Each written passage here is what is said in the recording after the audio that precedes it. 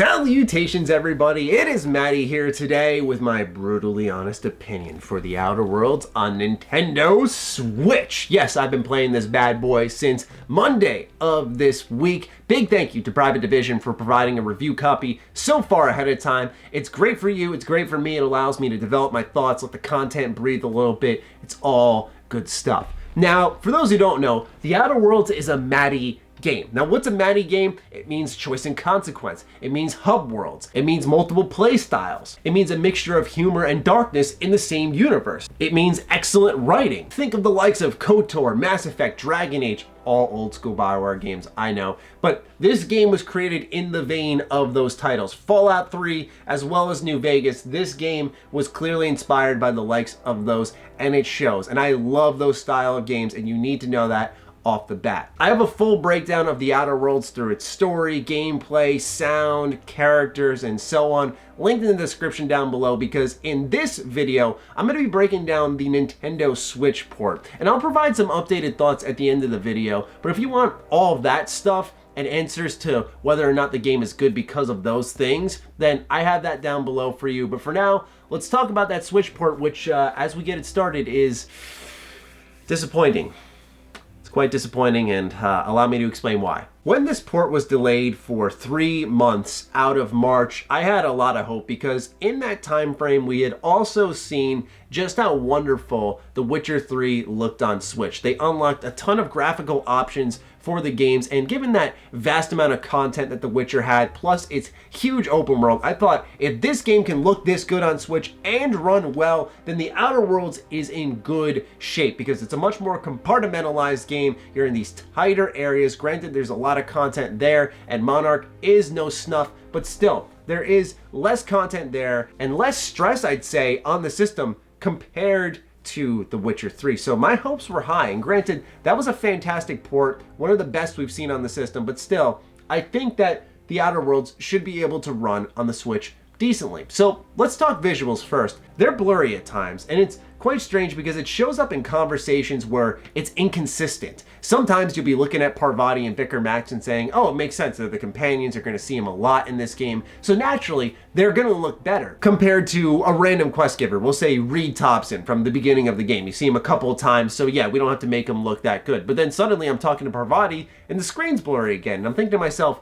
this isn't really the character model. Like, it's not like textures aren't loading, it's more so the game itself just doesn't look that great. But sometimes the models look good, sometimes they don't. It's very spotty technically, as I'll continue to drive home in this video. And those underwhelming visuals carry also into the environments. What I loved about the Emerald Vale, the opening area of The Outer Worlds, and one of my favorite starting areas to a video game ever, is not only how it introduces the player to the universe and explains things to them properly and then branches out afterwards, but also its visual style. It was a ton of different colors, plus propaganda everywhere. And I think with those elements combined, it really brought the player in. But I think the color was one of the most important aspects of inviting that player in, because everything was catching your eye. But in the Nintendo Switch version, the colors have been diluted, from the sky to the ships above to even trees in front of you. Everything's been dumbed down, and I'm not just talking graphically, it just doesn't pop as much, and because of that, the areas aren't as vibrant, and it feels, I don't know, less inspiring. It's an immediate thing that I picked up on right when the game fired up, and I was kind of disappointed with that. Maybe I'm being nitpicky on that front, and color isn't the biggest deal to you, but I thought it was immediately apparent. It just stuck out like a sore thumb. Now, maybe blurriness as well as dumbed down colors isn't the end of the world for you, and I totally understand that, but I feel like this will bother everyone, and it's the way that environments load in. The amount of hiccups this game has is infuriating. The amount of times it stops to load, the amount of times it pauses and then starts back up again, it blows my mind, because like I said, this is such a tightly knit game. I thought for sure these areas would be running better, but I'm always seeing environments loading in front of me, whether it's just grass or trees to full-on buildings and people, and then there's this little circle here that I've literally never seen before in the entire original version of the game that's now been added to the Switch version, pretty much screaming to me, hey, this game barely runs on this console. And I know some people are gonna think, Matty, you're being dramatic, but really, it does not run that well here, guys. It doesn't look good, it doesn't run well. The only time it does run well is in interiors. When you're inside a dungeon, the game runs as it should. It's smooth, combat doesn't slow down whatsoever. But when you're out in those open areas, man, 9, 10 enemies coming at you, it really chugs. And what's sad is a lot of this is apparent in the handheld mode. It doesn't run as bad there because everything's compressed down, but still there are noticeable hitches, there still is pop-in, and there still is that blurriness I mentioned. So it's not perfect over there, but that's the optimal way to play it. But that brings me to my next point, which is the shooting on the Switch. Now, shooters do not live on the Switch for a reason. It's because of this bad boy right here. And these thumbsticks, they're not the most tightly knit.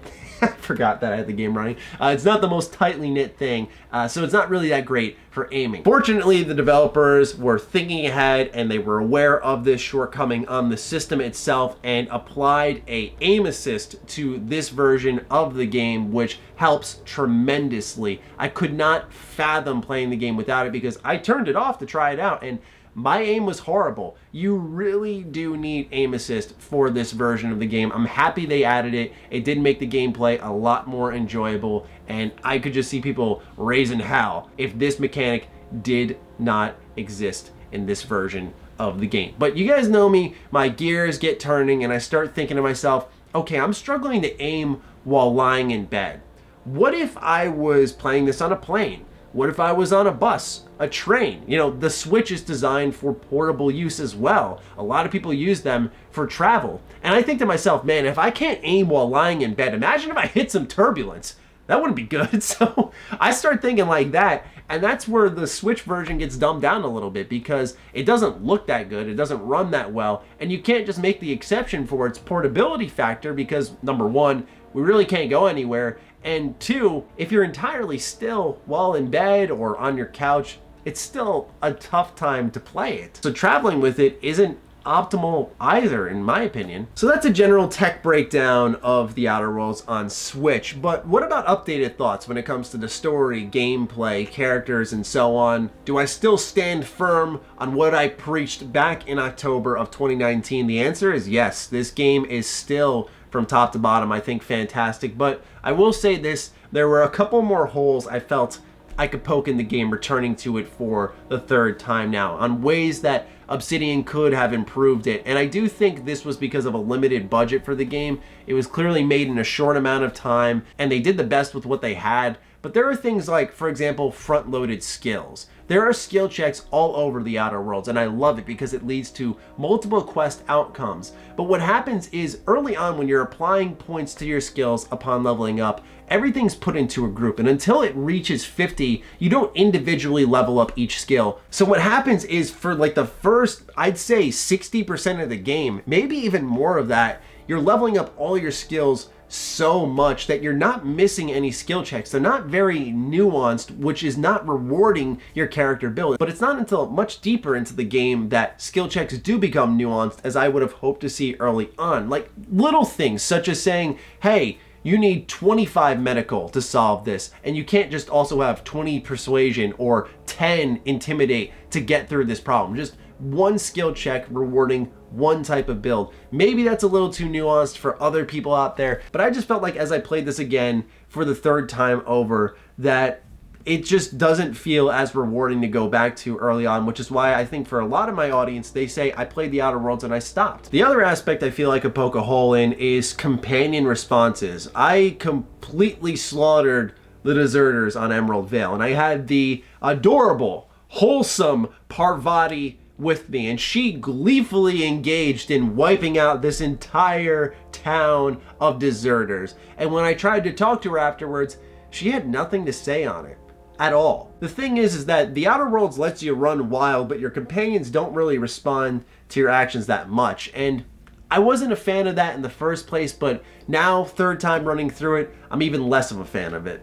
With that said, on the positive side, the universe is kind of meta in a way. This like corporate control, like you look at Disney and then you look at The Outer Worlds and it's like, holy smokes. But the game's still hilarious. It's still a joy to run through. I was a little disappointed yet again by Phineas's character arc. I won't spoil anything, but I just thought the way he is by the end of the game was kind of disappointing. But I loved the pacing of it, how it opens up, really hitting you with that heavy propaganda. All these corporations are owning these people. They treat them like assets, and it doesn't beat you over the head with that. Once you leave Edgewater and you start exploring the universe, you're really not getting hit with those initial few hours where it felt like, if this continues on, I might lose my mind hearing about Spacer's Choice this and Spacer's Choice that. It was a very self-aware decision as the game continues to spread its wings. I still admire the amount of playstyles that are available for this game, whether you're using ranged weapons, melee, which melee still not a good option. Of course, the leader play style, where you're able to,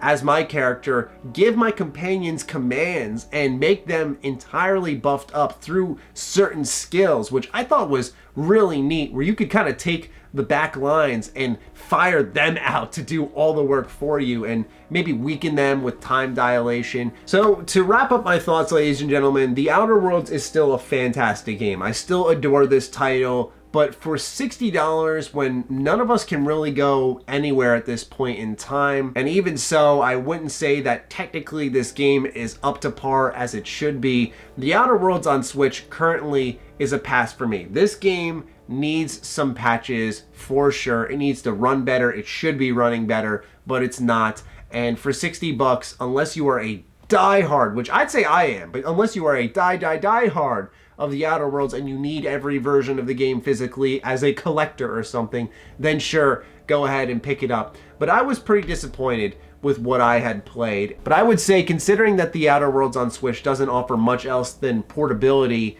that there's no real reason to go out and grab it. And if you are curious about The Outer Worlds, there are many other cheap alternatives. Like I said, PS4, I think it's on sale right now. Game Pass for $1 or $10. You can go ahead, sign up on PC, on Xbox One, and you can get it there easily, beat it within a month, and then cancel your subscription. There's a lot of cheaper alternatives that are the definitive way to play this game. And this Switch version, yeah, it's great to lay in bed and play it, but that wears off real fast. So that is my brutally honest opinion for The Outer Worlds on Nintendo Switch. I know probably a lot of you were expecting me to sit here and fanboy, but I can't lie to you guys. I would never. So anyway, I look forward to seeing what your thoughts are in the comments down below. What do you think of The Outer Worlds on Switch based off what I'd shown you? Let me know. Other than that, follow me on Twitter, follow me on Instagram. Those links are in the description down below. Big thank you to all the patrons who continue to smash it with that support. I really appreciate each and every single one of you, and I'll talk with you soon. Stay sexy, stay active. I love you all. Peace.